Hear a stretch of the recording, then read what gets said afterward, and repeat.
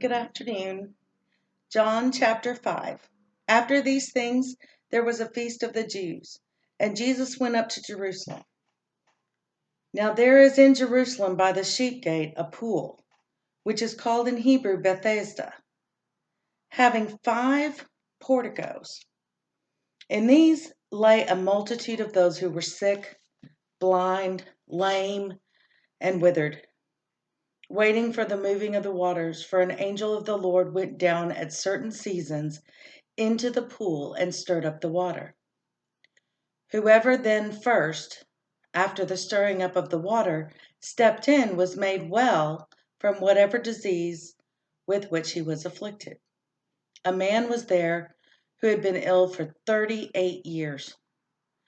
When Jesus saw him lying there and knew that he had already been a long time in that condition, he said to him, "Do you wish to get well?"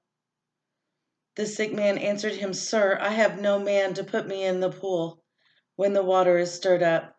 But while I am coming, another steps down before me." Jesus said to him, "Get up, pick up your pallet and walk." Immediately the man became well and picked up his pallet and began to walk. Now it was the Sabbath on that day.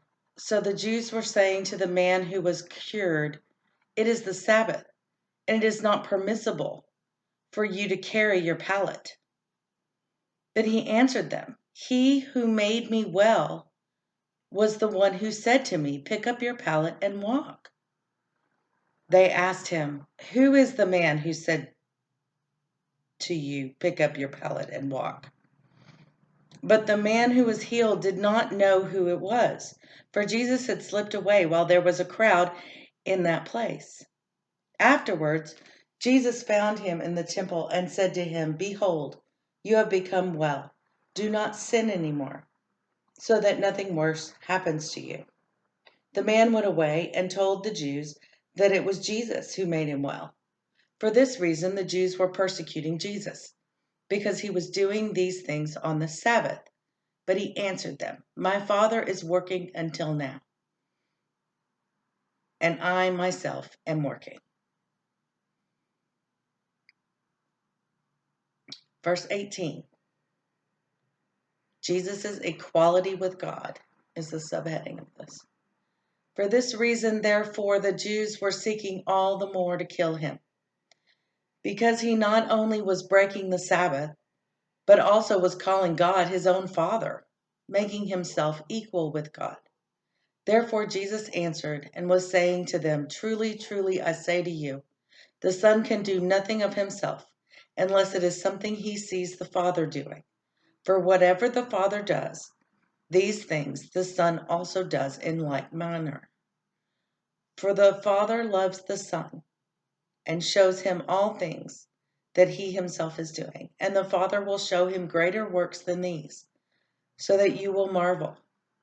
For just as the Father raises the dead and gives them life, even so the Son also gives life to whom he wishes.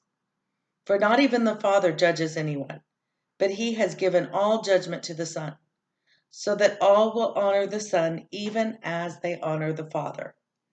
He who does not honor the Son does not honor the Father who sent him. Truly, truly, I say to you, he who hears my word and believes him who sent me has eternal life and does not come into judgment, but has passed out of death into life. Truly, truly, I say to you, an hour is coming, and now is, when the dead will hear the voice of the Son of God, and those who hear will live. For just as the Father has life in himself, even so he gave to the Son also to have life in himself. And he gave him authority to execute judgment, because he is the Son of Man. Do not marvel at this, for an hour is coming in which all who are in the tombs will hear his voice, and will come forth. Those who did the good deeds to a resurrection of life, those who committed the evil deeds to a resurrection of judgment. I can do nothing on my own initiative. As I hear, I judge, and my judgment is just, because I do not seek my own will, but the will of him who sent me. If I alone testify about myself, my testimony is not true. There is another who testifies of me, and I know that the testimony which he gives about me is true. You have sent to John, and he has testified to the truth. But the testimony which I receive is not from man, but I say these things so that you may be saved. He was the lamp that was burning and was shining, and you were willing to rejoice for a while in his light. But the testimony which I have is greater than the testimony of John.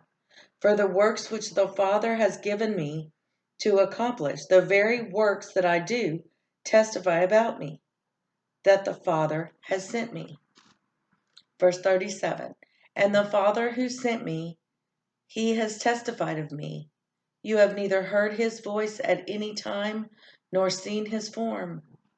You do not have his word abiding in you, for you do not believe him whom he sent. Verse 39, you search the scriptures because you think that in them you have eternal life. It is that these that testify about me, and you are unwilling to come to me so that you may have life. I do not receive glory from men, but I know you, that you do not have the love of God in yourselves. I have come in my Father's name, and you do not receive me. If another comes in his own name, you will receive him. How can you believe when you receive glory from one another, and you do not seek the glory that is from the one and only God? Do not think that I will accuse you before the Father. The one who accuses you is Moses, in whom you have set your hope. For if you believed Moses, you would believe me, for he wrote about me. But if you do not believe his writings, how will you believe my words? So in chapter 5, Jesus says in no uncertain terms that he is the only begotten Son of the Father. He is equal with the Father, and God works on Sunday, on the Sabbath, and so he heals on the Sabbath.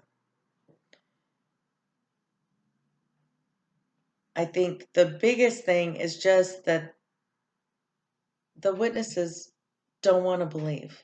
Maybe they're scared to believe.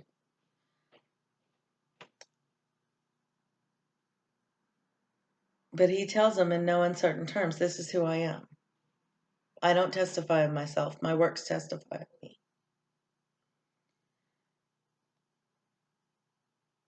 So chapter 6 talks about feeding the 5,000, and we will be on that soon.